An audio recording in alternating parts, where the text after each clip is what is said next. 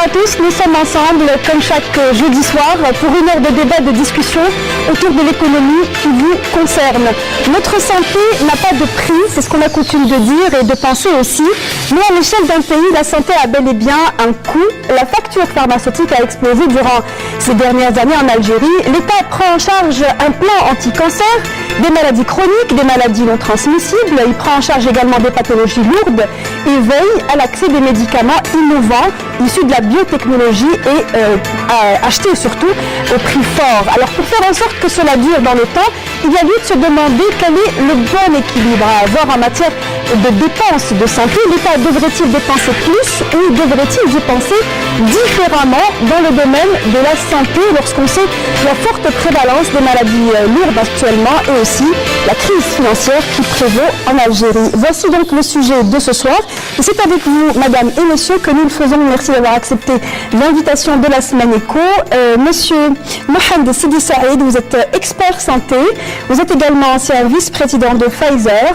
Et vous avez récemment écrit un ouvrage intitulé « Au secours, notre santé est en péril ». Merci d'être avec nous ce soir. Merci. À vos côtés, Dr Hammo Hafet, le directeur général de la pharmacie et des équipements de santé au ministère de la Santé. Professeur Mansouria Nebchi, bonsoir. Bonsoir. Vous êtes la présidente de la SAFO, qui est la Société algérienne de pharmacie hospitalière et d'oncologie. Et à vos côtés, Dr Farid Benhamdi, bonsoir. Vous êtes le président de la SAP, qui est la Société algérienne de la pharmacie, mais vous avez une autre casquette également. Vous êtes le coordonnateur du groupe Pharmacie Oncologie et du plan national anti-cancer. Merci à vous d'être avec nous. La problématique de la dépense de la santé ne concerne pas seulement l'État, elle concerne aussi les différents acteurs qui évoluent dans le secteur de la santé. Les différents protagonistes sont les producteurs, les distributeurs et puis aussi les pharmaciens. Notre reporter Sarah Sharif est allée poser la question et leurs points de vue sont divergents sur comment dépenser dans le secteur de la santé. Je vous propose de suivre son reportage qu'elle a réalisé en marge du CIFAL, qui est le Salon international de la pharmacie et de la pharmacie d'Alger. On suit son reportage. Qui affronte la maladie, seul connaît le prix de la vie, dit le proverbe. Le hic, c'est que certains médicaments sont chers, non seulement pour des malades, mais pour des régimes d'assurance, voire des États. En Algérie, la facture d'importation des médicaments, jugée déjà salée, a encore augmenté en 2016, malgré la baisse des quantités importées.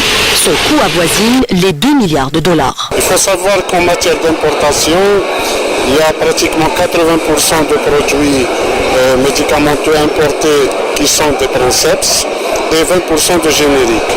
Parmi les princeps, on retrouve toujours donc des médicaments nouvellement enregistrés, donc qui sont introduits sur le marché national, et on trouve aussi des médicaments innovants, c'est-à-dire qui viennent d'être découverts et qui sont désormais devenus nécessaires pour le marché des soins en Algérie et pour une bonne prise en charge des malades.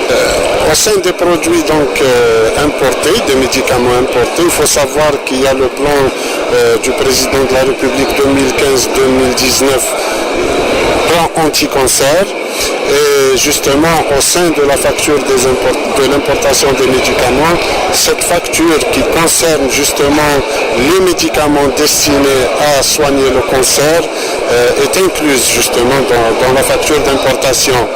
D'où justement l'explication qu'on peut avoir concernant l'augmentation de la facture de 2% en 2016 par rapport à 2015. Qui dit pathologie lourde dit thérapie innovante. Ce sont des médicaments onéreux qui coûtent de plus en plus cher sur le marché. La santé a un coût. Ce coût, il faut l'assumer. On ne peut pas soigner les gens pour rien. Le médicament coûte cher à travers le monde, donc il faut peut-être un petit peu démystifier cette histoire de coût du médicament, cette histoire de facture du médicament. Non, le médicament ne coûte pas cher. Ne coûte pas cher, ce n'est pas trop. Quand vous prenez en parallèle, ou comparez en parallèle la facture de l'importation du véhicule en 2013 ou en 2014 qui a atteint l'histoire, je pense, j'espère ne pas exagérer, 7 milliards de dollars. Et qu'aujourd'hui la facture du médicament elle est à 1,9 milliard. Malgré cette politique un petit peu d'austérité, mais ça reste dérisoire. Quoi qu'il en soit, pour les experts, il est impossible de faire baisser la facture des médicaments. On parle plutôt de rationalisation des dépenses. Pour y parvenir, une batterie de mesures a été prise par le gouvernement, dont l'application du tarif de référence et l'encouragement de la production nationale, mais aussi l'interdiction en 2015 d'importer les médicaments fabriqués localement. Il y avait aussi donc une renégociation des prix des médicaments qui étaient déjà enregistrés. Et ceci était valable aussi bien pour l'importation, mais aussi ça a concerné depuis l'année passée certains producteurs locaux. Tout cela a permis la redynamisation de l'industrie pharmaceutique. Les médicaments fabriqués en Algérie représentent aujourd'hui quelques 60% du marché. Cela n'est pas suffisant, parce qu'on en a aujourd'hui en Algérie quelques 100 unités de production, mais c'est tout le monde qui fait la même chose. Il ne faut pas faire les mêmes molécules, il faut diversifier et faire autre chose. Comme ça, on aura un plus grand panel, une plus grande gamme à fabriquer chez nous. Et si l'interdiction d'importer des médicaments produits localement a fait les beaux jours de certains, elle semble pénaliser un maillon important de la chaîne, en l'occurrence les distributeurs. Malheureusement, avec la nouvelle politique, on ne peut pas satisfaire tous nos clients en médicaments, donc ce qui est une première priorité. C'est ça. Donc l'année dernière, on avait galéré à satisfaire nos clients. On n'avait pas assez de quotas finalement, parce que ces médicaments remportent des quotas. Donc cette année, on a entendu qu'il y aura une réduction de 30% de volume. Donc cette année, on va avoir encore plus de problèmes avec nos clients pharmaciens. Ignorer l'économie, à mon sens, ce n'est pas une bonne chose. C'est-à-dire, l'économie est synonyme de rationalité. La dépense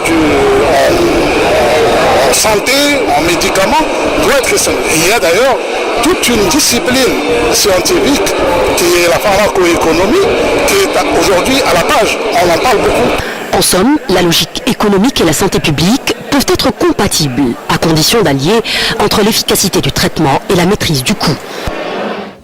L'équation donc entre efficacité des médicaments et maîtrise des coûts, c'est justement l'un des challenges dans lesquels se trouve la politique de santé actuellement. Mais pour planter déjà le décor et en termes, pour parler de cette fameuse facture d'importation qui peut être vue de différents points de vue par les uns et les autres. Par certains, elle est trop importante, par d'autres, pas tant que ça. Alors première question, elle est à vous, bien sûr, vous êtes le directeur général de la pharmacie au ministère de la Santé. Quels sont ces fameux médicaments qui coûtent le plus cher, qui pèsent le plus lourd dans la facture d'importation ?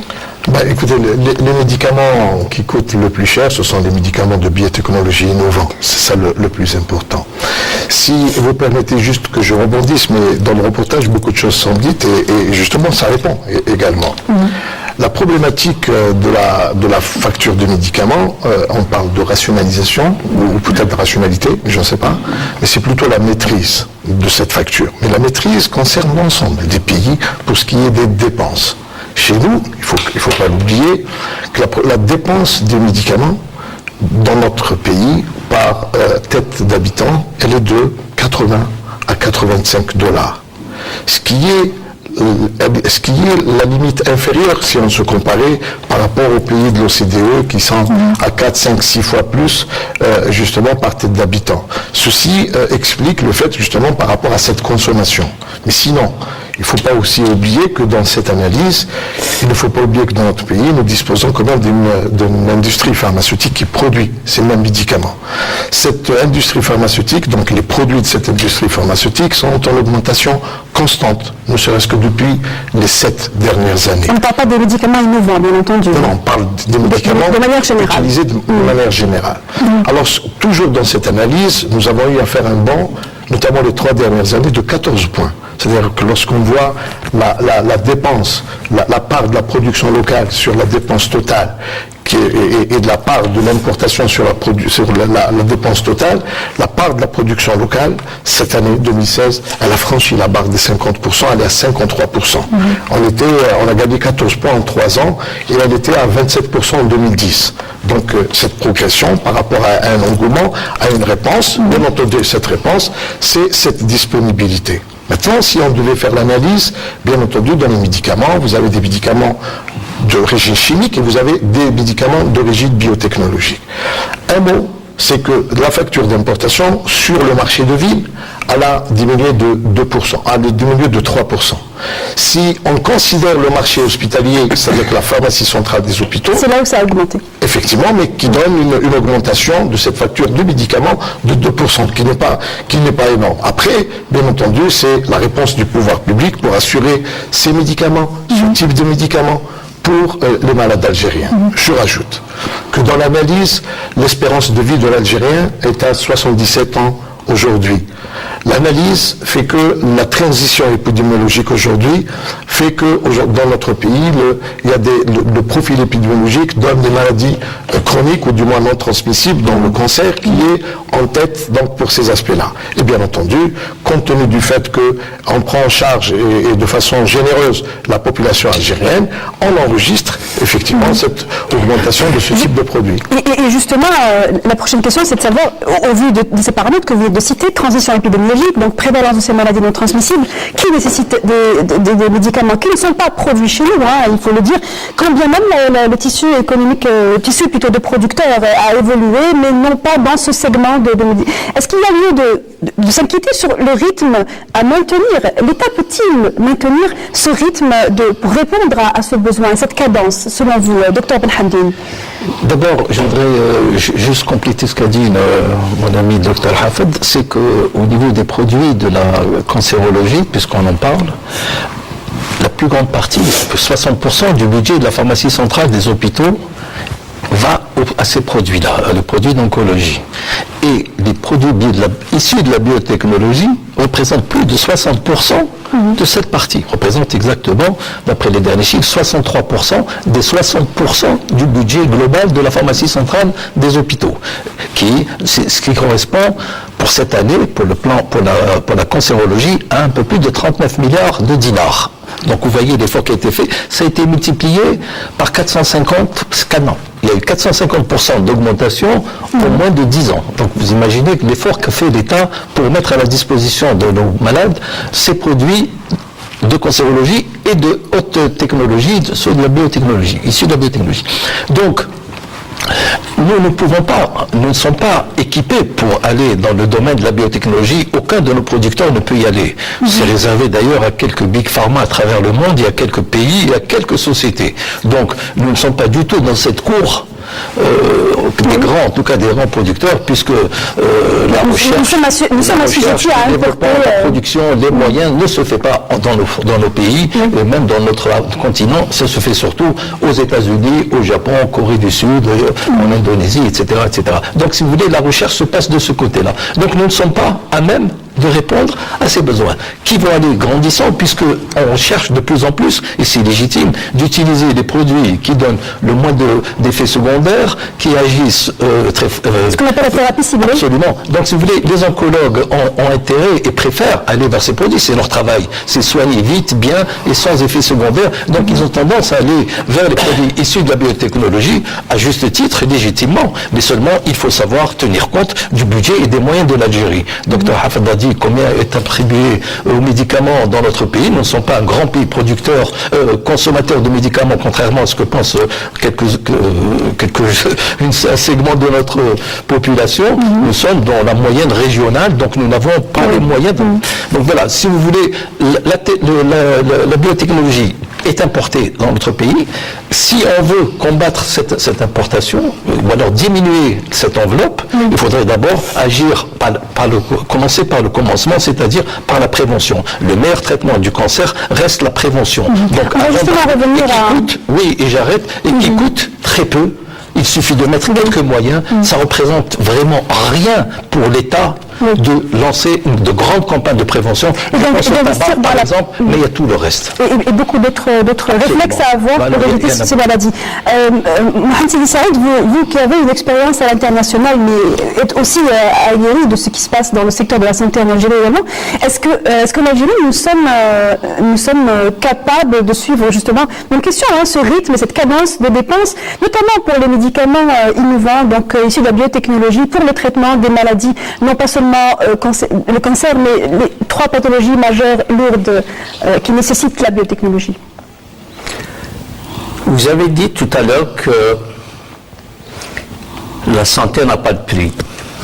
J'ai tendance à dire la santé, comme tous les autres secteurs de l'activité, notamment de l'activité sociale, il y a toujours un prix.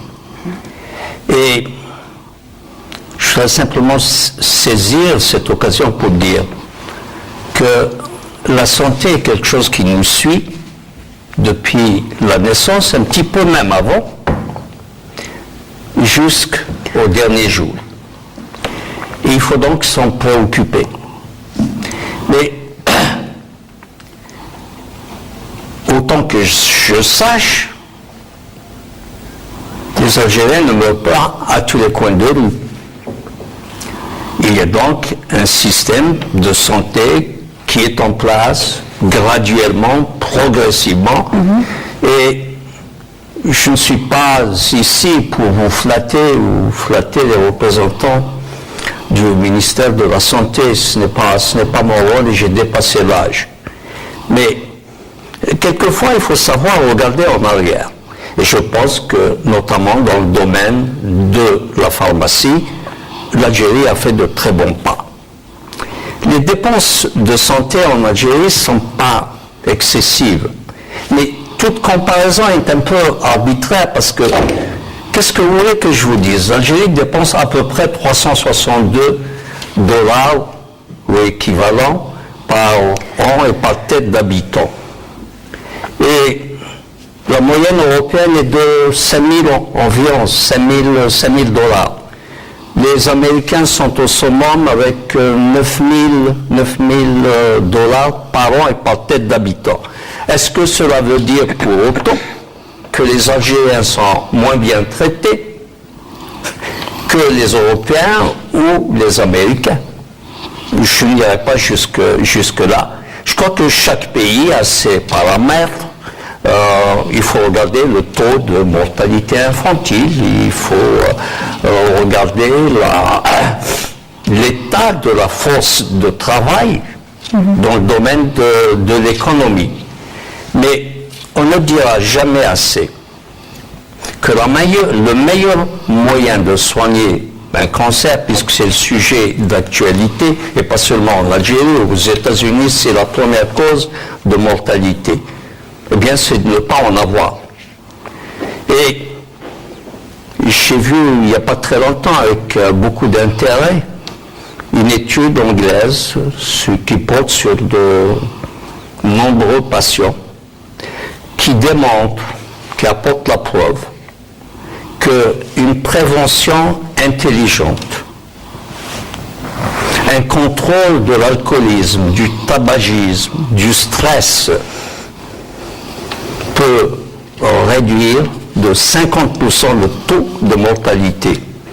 Et il me vient à l'esprit cette phrase d'Hippocrate, il y a à peu près 500 ans de cela, que ton alimentation soit ton remède. Il est urgent de passer plus de temps, de consacrer plus d'efforts au phénomène de la prévention. C'est tellement important. Alors, et puis, je reviens encore à la question. Est-ce que vous pensez qu'en Algérie, on sait qu'il y a, et tant mieux, une multiplication de centres anti-cancer, donc il y a un plan national anti-cancer qui est mis en place et qui donc va faire appel à une consommation de plus en plus importante des anticancéreux, donc de ces fameux produits issus de la biotechnologie. Est-ce que ces coûts, parce que l'on parle aussi d'une situation financière actuelle tendue, très tendue, est-ce que les coûts peuvent être supportés selon vous et ne peuvent-ils pas porter préjudice au reste, c'est-à-dire il y a plein d'autres médicaments, plein d'autres maladies aussi à traiter et un rythme à maintenir. Voilà. Allez-y. Écoutez, si vous voulez, par rapport à cette dépense, d'abord le plan cancer, qui a sa première phase 2015-2019, consacre un chapitre entier à la prévention. Cette prévention, elle est également concerne l'ensemble des secteurs. D'ailleurs, l'ensemble des représentants des autres départements ministériels, parce que la santé c'est le réceptacle, il ne faut pas l'oublier, au niveau de ce comité de pilotage. Donc, si vous voulez, l'aspect de la prévention est un aspect qui est extrêmement important dont les résultats seront à l'avenir perçus. Mais en même temps, bien entendu, il faut aussi penser à diagnostiquer le plus tôt possible, parce que ça permet également de guérir. Donc ça fait partie, toujours dans le cadre de cette prévention, les aspects liés au dépistage. Ce dépistage, bien entendu, lorsqu'on va les dépister, donc ça veut dire qu'on va trouver des malades, ça veut dire qu'il faut les soigner. Ça veut dire que ça va également répondre par rapport à cet aspect-là. Par contre, la problématique, si vous voulez, au-delà de l'aspect juste santé, si on revenait à l'aspect économique, bien entendu, c'est que, vous savez, dans la politique des médicaments, vous avez deux volets. Vous avez le volet santé et le volet économique. Le volet santé, pour ce qui est des médicaments, dans la politique, c'est de disposer de médicaments de qualité, de sécurité, efficaces, etc. Et penser à l'usage rationnel de ce médicament, c'est extrêmement important. Et, bien entendu, pour ce qui est de l'aspect économique, faire de telle sorte qu'il y ait une promotion de la production locale pour que cette dépense de médicaments par pays puisse être, si vous voulez, provienne de cette production locale. Alors aujourd'hui, nous savons, et l'avenir de la pharmacie est dans la biotechnologie. Lorsqu'on parle de la biotechnologie en matière de produits innovants, mais également en matière de produits, ce qu'on appelle biosimilaires, ce sont des copies conformes des produits qui sont des produits de référence. Et l'Algérie n'est pas en reste en termes d'approche, d'engouement, de réflexion, etc., etc. Justement, en parlant de biosimilaires et donc de possibilité d'aller vers des médicaments qui sont peut-être tout aussi efficaces, mais peut-être moins chers et plus abordables, puisque de nombreux pays émergents ont investi dans la production de biosimilaires et de nombreux médicaments issus de la biotechnologie vont bientôt tomber sous, donc ils ne vont plus être, sous le coup dans le domaine public, donc ils vont rentrer dans le domaine public. Beaucoup le sont déjà. Beaucoup le sont déjà, et donc ça ouvre la possibilité à l'Algérie de revoir peut-être sa copie. Est-ce qu'il est aujourd'hui envisageable de réduire justement le prix du traitement anti-cancer à travers ce choix d'aller vers les biosimilaires, selon vous, professeur Lepchi? Alors, aller vers un choix de biosimilaires, je dirais oui. Il faut qu'on y aille, à condition d'avoir un médicament, comme a dit Dr Hafed, sécurisé, efficace et qui doit être accepté aussi par nos cliniciens. Parce qu'il est très difficile de nos jours qu'un clinicien accepte un médicament tel qu'il est maintenant jusqu'à il doit l'approuver. Maintenant, quand vous parlez de biosimilaires ou de l'oncologie, je pourrais vous dire que le budget de la santé, aussi par la loi de finances 2017, n'a pas diminué du tout. Donc, il est resté tel quel. Donc, normalement, on n'a pas à s'inquiéter concernant l'approvisionnement des médicaments. Maintenant, dans la biotech, je vous dirais pour les autres médicaments, parce que si ça représente 60% à la PCH, je pourrais vous dire pour l'oncologie, c'est 60%. Je pourrais vous dire pour les médicaments essentiels de synthèse chimique, ça pourrait être 20% qui peuvent faire fonctionner tous nos hôpitaux normalement, parce que la base d'un hôpital, ce sont des produits de synthèse. Maintenant, le reste des 20%. Il ne faut pas oublier que nous avons des médicaments d'origine biologique pour d'autres pathologies. Par exemple, pas seulement le cancer. Pas seulement le cancer qui dans la somme est vraiment énorme, je pourrais vous dire, plus énorme que le cancer. Je prends le cas, par exemple, de l'hémophile. Pour la prévention d'un hémophile, d'un enfant, pour éviter qu'il soit handicapé dans le futur, pour éviter qu'il soit pour nous un problème dans la société. Donc, l'Algérie prend en charge tous les hémophiles. Donc, ça va de 745 000 dinars, un traitement par mois pour un malade, qui peut aller jusqu'à 1 million de dinars, parce que c'est selon 1 million de dinars par mois et par personne. Et tous les hémophiles sont pris exactement de la même manière au niveau du territoire national. Ça veut dire que si vous allez à Alger, le centre, est, ouest, sud, c'est le même traitement partout. Par contre, je pourrais dire que... Est-ce que ces traitements sont disponibles au vu du prix exorbitant? Le prix exorbitant, et nous n'avons pas manqué d'un flacon. Vous pouvez même poser des questions à cette association. Je pourrais vous dire maintenant, pour les maladies orphelines, par exemple, la maladie de Pont, nous sommes passés de la PCH, donc les 20%, 253 millions un traitement pour un patient, qui peut nous arriver à 3 milliards par an par patient.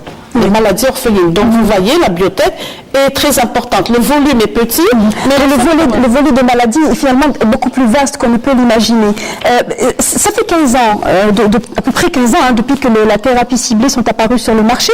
Est-ce qu'aujourd'hui nous sommes capables de déterminer l'efficacité à la fois et l'efficience d'un médicament avant de l'enregistrer, avant de dire c'est cette molécule qu'il nous faut et c'est celle-là qui fera souffrir le moins le patient et qui sera aussi dans les cordes des moyens financiers du pays.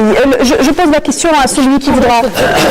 Je voudrais simplement dire une chose. Il serait dramatique et au demeurant injuste de penser que l'on peut créer une échelle de l'importance des thérapies par rapport à une autre. Nous sommes au XXIe siècle, l'information est extraordinairement ouverte et l'Algérien d'Alger ou de Constantine ou d'Oran ou d'ailleurs a les mêmes aspirations que le malade qui est atteint d'un cancer à New York, à Paris ou à Londres. On ne peut pas dire que ce sont des thérapies qui coûtent cher, donc nous n'avons pas les moyens de...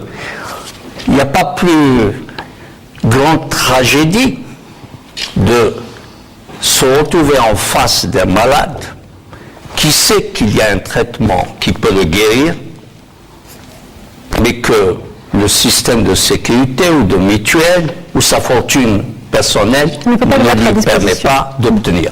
Alors reste un problème de fond. C'est celui des prix des anticancéreux. Je crois que... Est-ce que c'est une fatalité qui coûte aussi cher? J'y arrive.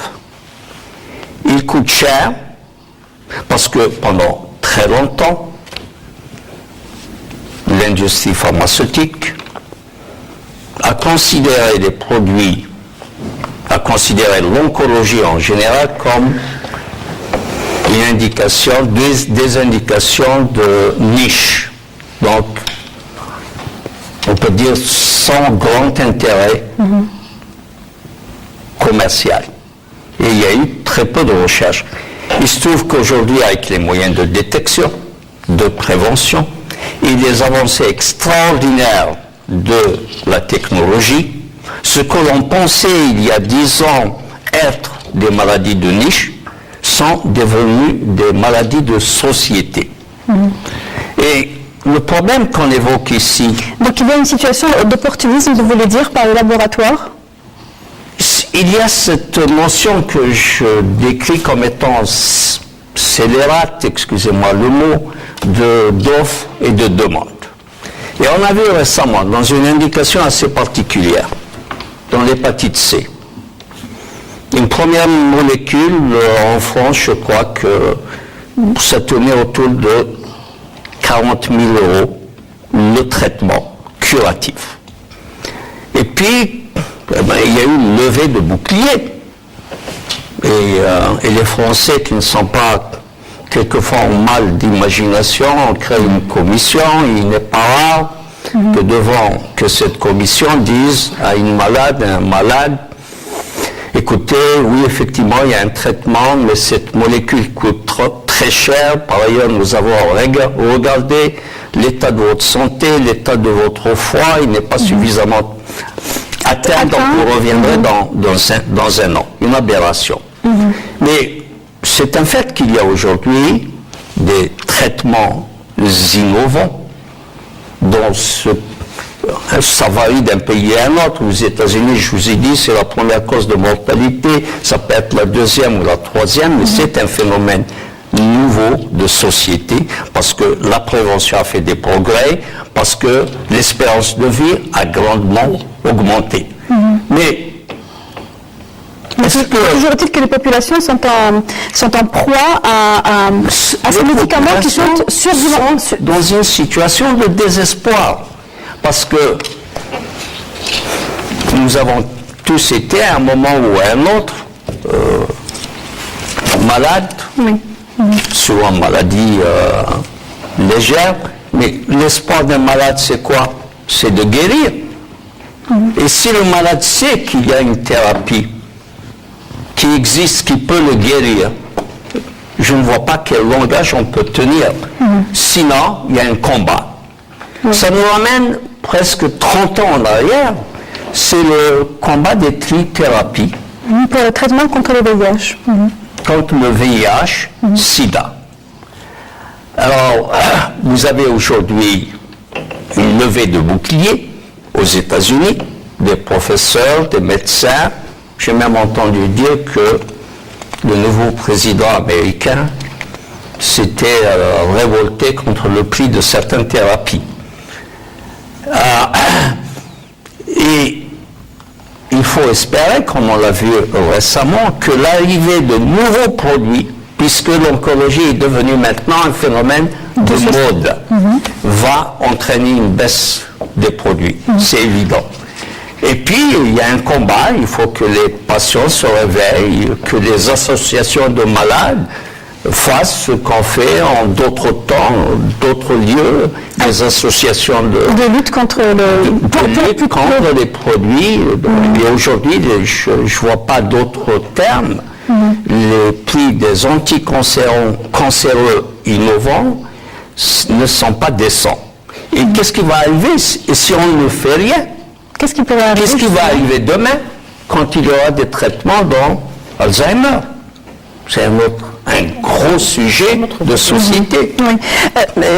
Pour justement considérer ce paramètre qui pour l'instant n'est peut-être pas prêt, on ne sait pas prêt de changer, chez nous, quelle appréciation faites-vous du choix actuellement, le choix que fait l'Algérie, ou enfin les structures qui sont concernées, le choix d'enregistrement, d'importation de ces médicaments issus de la biotechnologie pour le traitement? Est-ce que ce choix est à la fois efficace et efficient selon vous, Monsieur Belhamdi? Non, je préfère que ce soit M. Hafed, puisque ça relève plus l'enregistrement. Oui, mais vous avez tous un point de vue. On va revenir à M. Hafed. Allez-y, Madame Lepcha. Alors pour moi, pour les thérapies ciblées, il n'y a pas uniquement les molécules d'origine biologique, mais il y a aussi les molécules de synthèse chimique. Je prends le cas de l'imatinib, gefetinib, sorafenib. Tous ces produits-là sont aussi excessivement chers. Donc il ne faut pas se cibler uniquement dans les molécules de biotech, parce que la thérapie ciblée d'origine de synthèse chimique sont aussi chères. Je prends le cas dernièrement, l'enregistrement d'un produit, l'énalidomide sur le marché, il fait 60 millions de centimes pour un traitement d'un mois. Donc la population, la survie a augmenté. Bien sûr, on a des médicaments qui sont là, donc on est obligé de traiter. Donc c'est un consensus. Nous avons le dasatinib qui coûte 40 millions de centimes un traitement d'un mois. Gefetinib pour le cancer du poumon, il fait aussi cher, 40 millions par mois. Donc c'est pas uniquement les produits d'origine de biotech, c'est aussi les produits. Donc nous, en Algérie, ce qui nous a sauvés pour les LMC, je prends le cas, l'imatinib, nous avons un générique qui fait 26 000 dinars. Tous les patients en Algérie, les LMC, sont traités avec ce produit. LMC, c'est-à-dire c'est les leucémies myéloïdes chroniques. Donc, ils sont traités avec ce traitement-là, qui coûte 26 000 dinars par mois. Donc, ce sont des traitements. Et le pire, ce sont des traitements à vie. Alors, s'ils font une résistance, je serai obligée d'aller en recours à notre médicament, qui est la dasatinib, qui coûte 40 millions le traitement d'un mois. Est-ce qu'il est enregistré? Ils sont enregistrés. Générique existe. Malheureusement, l'État a tout fait tout pour l'enregistrement de ces produits. Il faut dire ce qu'il en est. Qui aujourd'hui est chargé justement d'évaluer, d'apprécier l'importation, on va dire l'enregistrement, parce qu'on parle d'enregistrement, ce sont des médicaments, de tel ou tel médicament. Écoutez, d'abord il y a des procédures. Ça fait partie de l'enregistrement des médicaments. Il y a des procédures pour ce type de produit. Il y a un module qui concerne les experts cliniciens. Bien entendu, le ministère de la Santé a des collèges, donc il y a des comités d'experts cliniciens pour chaque spécialité. Donc ce sont les chefs de service, donc les spécialistes en la matière, qui se prononcent justement sur l'enregistrement de ce type de médicaments. Mais il faut juste savoir que ce module-là, en fait, c'est l'étude préclinique et l'étude clinique. donc si vous voulez, où on montre quel est l'intérêt thérapeutique, etc. Donc les experts, ils leur ont demandé, par exemple pour notre pays, parce qu'enregistrer, le phénomène d'enregistrement est un phénomène de souveraineté. On enregistre des médicaments que depuis 20 ans, j'ai envie de dire. Alors, bien entendu, le collège d'experts de la spécialité se prononce sur l'enregistrement ou pas, donc propose au ministère, donc à monsieur le ministre, l'enregistrement ou pas de ce médicament. Bien sûr, il y a, si vous voulez, le côté valeur thérapeutique, mais aussi le côté économique en termes de prix. Donc, si vous voulez, ce que nous, effectivement, aujourd'hui, c'est de faire de telle sorte que les experts cliniciens puissent également considérer la notion économique dans ce type de choix. Mais pas que. Il faut juste ramener, à ce moment-là, on renvoie au système de santé de chaque pays. Monsieur Sidi Saïd parlait des États-Unis.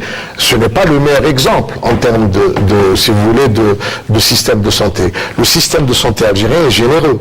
Donc aujourd'hui, lorsqu'un médicament a affectation strictement hospitalière, comme c'est le cas pour les produits des hôpitaux, lorsqu'il est enregistré et il est commandé, donc par les hôpitaux, donc par les cliniciens, et la pharmacie centrale des hôpitaux les acquiert pour le mettre à la disposition dans un système hospitalier aujourd'hui qui est gratuit. Vous comprenez. Après, il y a l'autre volet, c'est les médicaments qui sont à affectation de ville, donc pour les pharmacies de ville. Il y a aussi un autre département qui s'occupe du remboursement. Donc cette prise en charge du médicament, à la fois lorsqu'il s'agit d'affectation hospitalière, donc gratuit, et lorsqu'il s'agit d'un médicament de ville, par rapport à l'effet de remboursement. Ça donne un aperçu sur, si vous voulez, l'importance de la décision d'enregistrer ou pas dans notre pays, parce que le système de santé le prend en charge. Par contre, si on va dans un autre système de santé, même dans les pays du sud de la Méditerranée, et encore plus dans les États-Unis, on enregistre les médicaments, mais cela ne veut pas dire qu'il est mis à la disposition systématique du malade, et ça renvoie aux assurances, etc., etc. Donc, où il est plus important. Alors, la question que nous, en tous les cas, au ministère de la Santé, et elle est posée également à travers les cliniciens, donc les experts cliniciens, c'est nous demandons, et il y a une ligne de conduite à travers le plan d'action du ministère de la Santé, c'est d'aller vers les consensus thérapeutiques. C'est-à-dire d'avoir une panoplie de médicaments pour soigner, mais après, il faut aller vers la ligne avec laquelle on soigne, qui coûte le moins cher, et aller là où il faut, pour le malade qu'il faut, au moment qu'il faut, aux doses qu'il faut. Et c'est ça aussi, ce type de maîtrise, qui permettra à la fois de mettre à disposition des malades algériens, de nous tous, des patients, les médicaments, mais à la fois aussi de soigner avec les médicaments les moins chers lorsque l'indication est celle-là. Donc c'est toute la stratégie par rapport à cet aspect-là. Aujourd'hui, est-ce que nous sommes arrivés à des protocoles thérapeutiques, à un consensus d'abord, et des protocoles thérapeutiques qui sont arrivés à l'objectif, c'est-à-dire soigner sans faire souffrir le malade, lorsqu'on parle de maladies très lourdes. On commence à aller vers des protocoles nationaux par pathologie. Et chaque pathologie, on commence, ça veut dire que c'est en cours. C'est en cours. Bon, on a d'abord pris conscience, et puis on a surtout évalué la nécessité de mettre en place, partout dans le monde, enfin en tout cas aux États-Unis, puisqu'on en parle, qui est un pays de liberté financière, liberté de prescrire, etc. Il y a des protocoles nationaux pour chaque spécialité, pour chaque maladie. Il y a des protocoles nationaux verticaux de haut en bas, et ensuite le médecin choisit sur une gamme, bien sûr, de protocoles. Il n'y a pas un produit, il y a quelques produits, des DCI Actuellement, comment ça se passe-t-il en Algérie, ce qui nous concerne. Et bien sûr, en Algérie, nous sommes, je pense, pas très loin de l'aboutissement des spécialités contraignantes. C'est l'oncologie, par exemple, ça avance très bien. On arrive à mettre au point des protocoles nationaux. Mais du point de vue des citoyens, souvent les patients algériens se plaignent de médecins qui semblent tâtonner. Et ils tâtonnent dans la mesure où ils essaient un médicament ou une molécule, et puis ça ne marche pas, puis ils en essaient une autre. Est-ce que c'est normal? C'est exact. Donc c'est normal un peu qu'ils tâtonnent. Mais c'est pour ça que nous militons, Madame Lepchi et moi, en tout cas, chacun. Mais là, on parle bien de médicaments qui coûtent des milliers d'euros. Là, on parle, parce que c'est à la fois une problématique humaine, parce qu'il y a le caractère humain qui souffre dans sa chair, mais il y a aussi le caractère financier. Ce sont des médicaments qui sont importés. Donc si on essaie une molécule qui ne fonctionne pas, il faut en essayer une autre, ça pèse aussi lourd. C'est pour ça que, si vous me laissez terminer ma phrase, allez-y. Avec Mme Lebchi, nous militons beaucoup pour la réunion de concertation pluridisciplinaire. Ça veut dire ce que ça veut dire. À l'intérieur des hôpitaux, des services et des hôpitaux, ça veut dire ce que ça veut dire. La réunion de concertation pluridisciplinaire où il y a le praticien clinicien, celui qui fait le diagnostic, celui qui le radiologue, si c'est le radiothérapeute, si c'est nécessaire, le médecin spécialiste de la situation de la tumeur et le pharmacien. Le pharmacien qui, lui d'abord justement, viendra avec toutes ces données, biosimilaires, pas biosimilaires, coût, disponibilité au niveau de la pharmacie centrale, non disponibilité, prix, pharmacoéconomie, puisque c'est une spécialité, pharmacoéconomie, pour voir où est-ce qu'on en est et comment peut-on soigner avec le meilleur ratio qualité, prix, efficacité, coût. Voilà. Donc là, nous militons. Et là, en Algérie, on a un peu, ça n'a pas très bien démarré. Il y a des services qui fonctionnent très bien, comme le CPMC, où il y a vraiment des réunions de concertation pluridisciplinaire, et il y a des résultats qui se font sentir immédiatement. Maintenant, dans les autres services, ça commence à pousser parce que chacun veut garder un peu ses prérogatives et peut-être dire que c'est moi qui décide de ce qui doit se faire. Seulement, comme vous le savez, en médecine, tout le monde ne peut pas tout décider, il ne peut pas tout savoir au même moment, au même endroit. Donc il faut le partage, la concertation. Et là, nous avançons très bien et je suis satisfait. Et Mme Lebchi, qui gère une pharmacie hospitalière, ne pourra me donner son avis. Oui, justement, au niveau du centre Pierre-Marie Curie, au niveau du CHU Mustapha, effectivement, c'est des consensus internationaux. D'ailleurs, déjà, tous nos cliniciens vont vers un consensus international, surtout pour l'oncologie. Et après, ils arrivent ici au niveau de leur structure, ils font un consensus national. Et maintenant, comme j'ai vu la fois passée, au niveau du centre Pierre-Marie Curie, tous les médecins de tous les services d'oncologie au niveau du CPMC arrivent et ils font leur RCP. Donc dans les RCP, c'est comment dire, réunion de concertation pluridisciplinaire. Les réunions dont parlait voilà. Et là, c'est en fonction du comité de médicaments qui décide de la nomenclature de l'établissement, parce qu'à partir de la nomenclature nationale des produits enregistrés, parce que nous n'avons pas le droit de travailler avec un produit non enregistré, à partir de là, chaque établissement fait sa nomenclature. Et après, ils ont normalement tous les chefs de service ont les protocoles de toutes les pathologies. Il faut justement avoir seulement une stratégie. Quelle est la pathologie que je dois traiter dans mon établissement? C'est ça qu'il faut avoir en tête. Le pharmacien et le clinicien doivent avoir ça. À partir de là, les protocoles sont écrits et validés par ce comité de médicaments, et le pharmacien ne pourra dispenser ce produit-là au service que si il existe dans ce protocole-là. Si on arrive à ça dans une année ou 2 années, nous aurons rationalisé tout ce qui est oncologie. Et un gain financier important. Je crois qu'il y a un point qui me paraît important, c'est que aujourd'hui, on ne soigne pas comme on soignait il y a 10 ans. Et sans doute dans 10 ans, on ne soignera pas comme on soigne aujourd'hui. Et il y a une arrivée invasive pour le bonheur de la santé et des patients dans différents domaines de la thérapie et du diagnostic.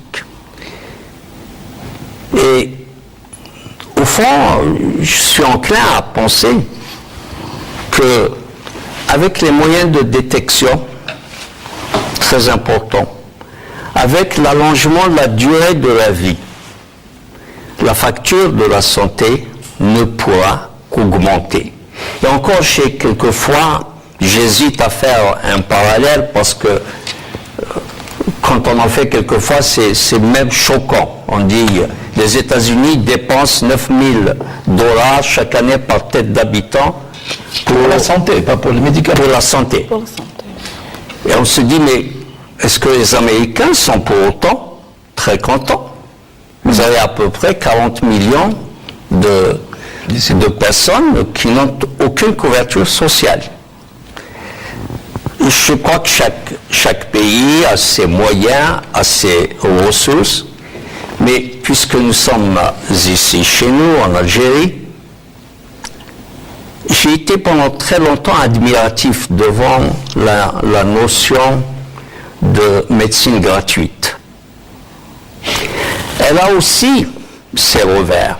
C'est vite. L'excès de consommation. Et puis... détérioration de la qualité peut-être aussi. En partie. Mais surtout,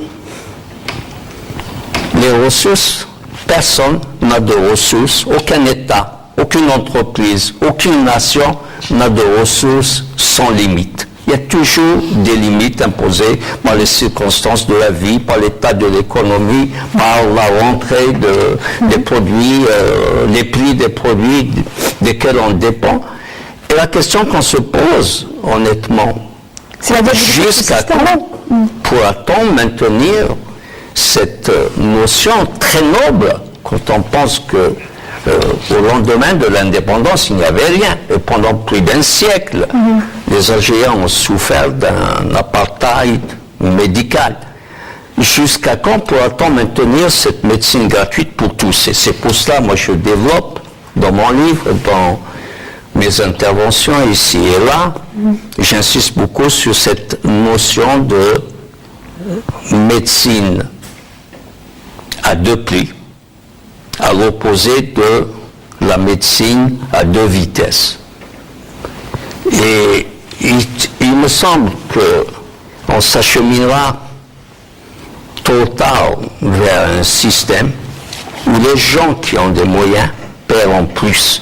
Je ne sais pas comment, peut-être sous forme d'un impôt santé, c'est une possibilité, mais il arrivera un moment ou un autre où ceux que la vie a pourvu, les gens qui possèdent des moyens, doivent payer beaucoup plus que ceux qui ne payent pas. Et vous n'êtes pas le premier à le dire, Mohamed Sidi Saïd, de nombreux experts, notamment qui sont spécialisés en pharmacoéconomie, disent qu'il y a une asphyxie annoncée du système de santé, considérant le rythme de dépenses qui n'est pas si important que ça, mais il faut tout de même rappeler que, corrigez-moi si je me trompe, près de 80% de ce que vous dépensez par tête d'habitant consiste en du médicament. Donc l'essentiel, c'est du médicament. Et puis parallèlement à cela, il y a toutes ces dépenses très lourdes sur le service santé, donc les structures hospitalières notamment, avec le soin gratuit.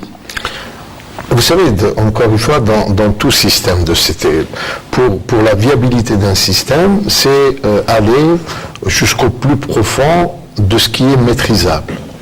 Dans notre pays, s'agissant de la dépense du médicament,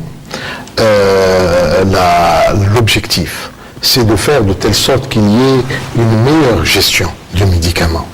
Mais on pourrait revenir sur le choix des médicaments. On parlait effectivement de l'aspect lié aux médicaments innovants. M. Sidi Saïd avait parlé du médicament de l'hépatite C. Encore que pour nous, tant mieux, parce que le même produit est fabriqué localement. Donc franchement, ça, c'est un problème qui est résolu de ce côté-là, que ce soit en termes de coût, que ce soit en termes de disponibilité. Mais ce n'est pas la question. Le problème, c'est que dans les médicaments, c'est que les médicaments qui guérissent, c'est-à-dire qui font une avancée comme le sofosbuvir pour l'hépatite C, qui guérit, c'est-à-dire que l'ancien traitement, c'est à peu près 50% des malades, des porteurs de virus d'hépatite C qui guérissent, et celui-là, c'est dans les 90 encore qu'il y a eu des associations et le suivi de l'évolution, etc.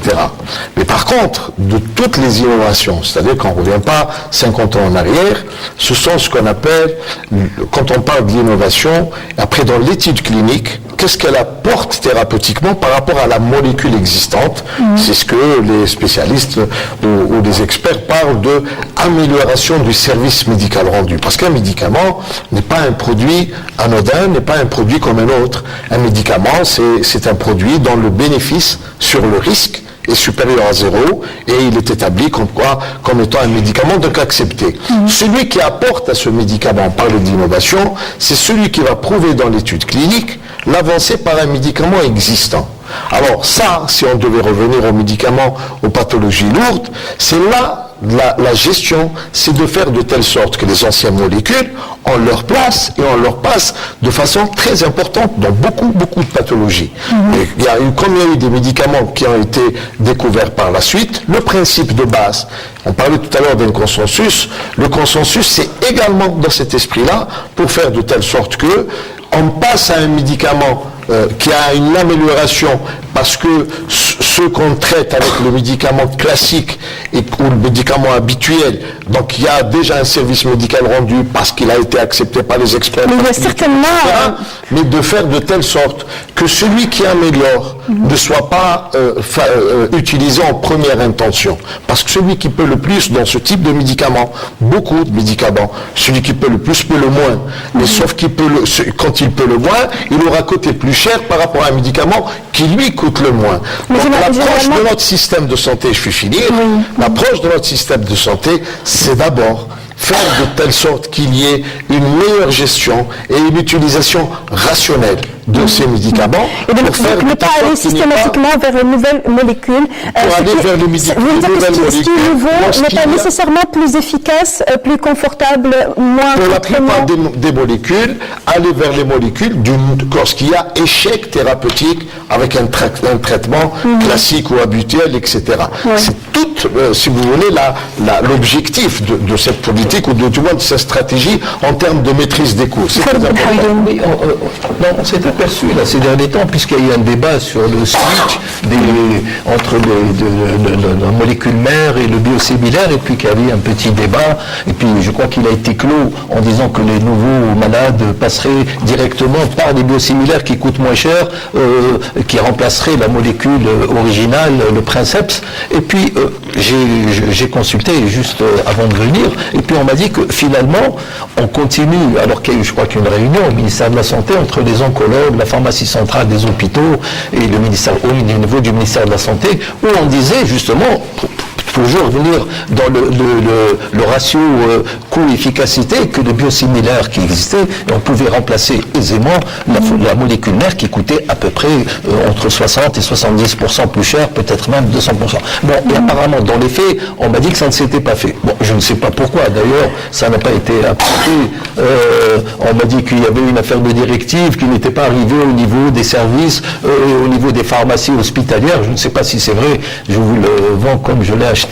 Donc là, effectivement, il y a peut-être, toujours en restant dans cet esprit de RCP, de réunion de concertation préliminaire, où le pharmacien est chargé de venir avec une molécule, un médicament à efficacité égale, sécurité égale, à un prix moins cher. Comment ça se fait qu'il n'arrive pas à faire passer ce message et le transmettre et le partager avec les prescripteurs et les cliniciens? Une dernière question, avant de clore ce débat, on est presque arrivé à la fin de cette émission. Dans ces réunions et dans cette prise de décision, finalement, qu'est-ce qui prime pour le patient qui nous regarde et qui souhaite savoir finalement, pour l'État, quel est, au moment de décider à la fin, qui est prioritaire? Est-ce que c'est le patient? C'est le patient qui doit être au milieu, parce que là, on a sorti un tas de chiffres, chacun de son côté, des procédures, etc. Mais c'est l'élément central, bien sûr, c'est le patient et c'est le malade. Et qu'il faut placer toujours au centre du débat. Et vous voyez que même nous, on en parle à la fin, alors qu'en principe, on aurait dû en parler au début. Le patient est l'élément central de toute discussion en ce qui concerne la santé. Bon, je voudrais vous donner je voudrais compléter, parce qu'on finira par dire que la prévention est l'élément le plus important. On a commencé avec cela, c'est aussi très important. Mais dans le plan cancer, justement, la personne chargée de l'application de la mise en œuvre du plan cancer est le directeur général de la prévention au niveau du ministère de la Santé. Ce n'est pas par hasard si le chargé de ce comité est le directeur général de la prévention du ministère de la Santé, le professeur Mosbah. Donc vous voyez bien qu'on a pris conscience que la prévention était l'élément prioritaire dans ce système. Maintenant, est-ce qu'il en a les moyens? Est-ce que c'est appliqué sur le terrain? C'est une autre histoire. C'est un autre débat, oui.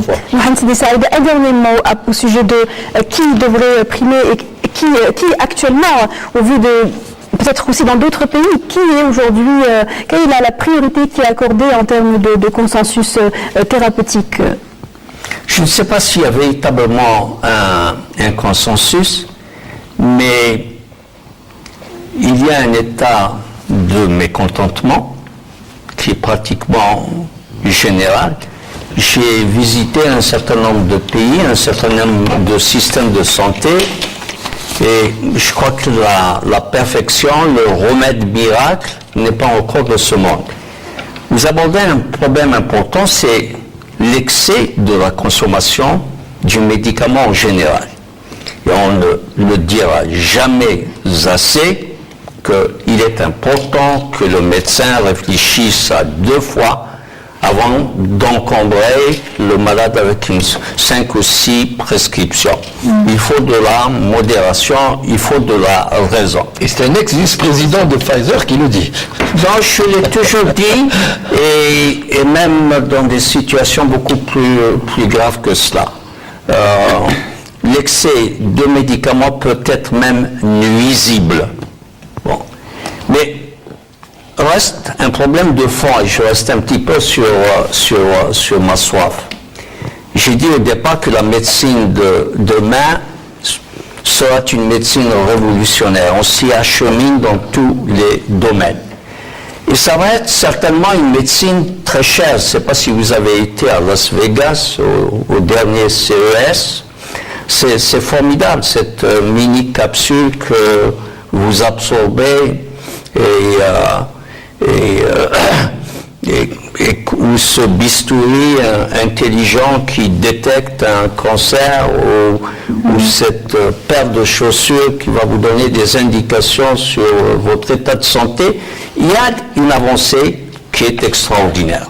Et donc, il faut se rappeler que je ne sais pas quels sont les chiffres en Algérie, mais généralement en Europe, aux États-Unis, le poids du médicament, c'est de l'ordre de 10 à 15% du budget total de la santé. Et il y a certainement des économies à faire dans d'autres secteurs. Il ne faut pas que l'arbre cache la forêt. Mais la difficulté, et j'espère que c'est une difficulté temporaire, c'est que vous parliez tout à l'heure d'un prix de référence. Ça existe en Allemagne, je crois qu'ils ont été les premiers à l'introduire. Autrement dit, quand on est en présence d'une nouvelle molécule, on regarde le dernier né dans la classe thérapeutique, et puis on dit aux fabricants, vous apportez un peu d'innovation, un peu de valeur ajoutée, on va vous donner 10% de plus ou 20%. Mais il se trouve que dans les cancers, aujourd'hui, et demain dans l'Alzheimer, et après-demain dans les maladies rares, il n'y a pas ce prix de référence. Et donc, c'est l'offre et la demande. Et c'est comme ça qu'on voit des choses qui me paraissent absolument aberrantes. Rien ne justifie, même si ce sont des thérapies curatives, rien ne justifie, excusez-moi, un prix de 100 000 $ dans le traitement d'un cancer du poumon. C'est excessif. Il y a donc une lutte qu'il faut engager. Il y va des associations civiles, il y va aussi des représentants des malades aussi, peut-être aussi des associations, des gouvernements, des acteurs de la santé. Les gouvernements se rencontrent dans le cadre du G7, 14 ou 20, etc. Ce sont les sujets qu'il faut aborder. Je vais vous dire quelque chose, il n'y a pas très longtemps, le gouvernement anglais, pourtant ce n'est pas un gouvernement socialiste ou de gauche, a menacé de ne pas homologuer certaines nouvelles thérapies dans les cancers à cause de leur prix. Que ça serve de leçon, mais il y a aujourd'hui un lobby assez puissant. C'est vrai que la recherche coûte beaucoup plus cher, c'est vrai que les risques sont beaucoup plus grands. Mais il y a bel et bien là-dessus un lobby de laboratoires pharmaceutiques qui font la pluie et le beau temps. On voit, il ne faut pas mettre tous les laboratoires dans le même sac. Et on voit apparaître la notion de responsabilité sociale. L'entreprise du médicament commence à réaliser qu'elle n'est pas sur une île déserte, qu'il n'y a pas de business sans stabilité politique, économique, sociale dans un pays. Mais c'est un combat de tous les jours, il faut aller jusqu'au bout. Merci à vous. Nous arrivons au terme de cette émission. Merci à vous de nous avoir suivis. Je rappelle que nous avions avec nous M. Mohamed Sidi Saïd, expert en santé, ancien vice-président de Pfizer et auteur, je répète, du dernier ouvrage intitulé « Au secours, notre santé est en péril ». Merci à vous, Dr Hamma Hafed, directeur général de la pharmacie, des équipements de la santé au ministère de la Santé. Merci à vous, professeur Mansouri Yanibchi, président de la SAFO, et à vous, Dr Khalid Benhamdoun, président de la Société algérienne de la pharmacie. C'est ça, de la pharmacie. On se retrouve la semaine prochaine pour une nouvelle thématique liée à l'économie nationale. Pour ceux qui veulent revoir cette émission liée aux dépenses de la santé, vous pouvez la revoir sur Canal samedi à partir de 11h, mais sinon en replay sur notre page Facebook et sur notre chaîne YouTube La Semaine Éco. Très bonne soirée à tous et bonne santé à tous surtout.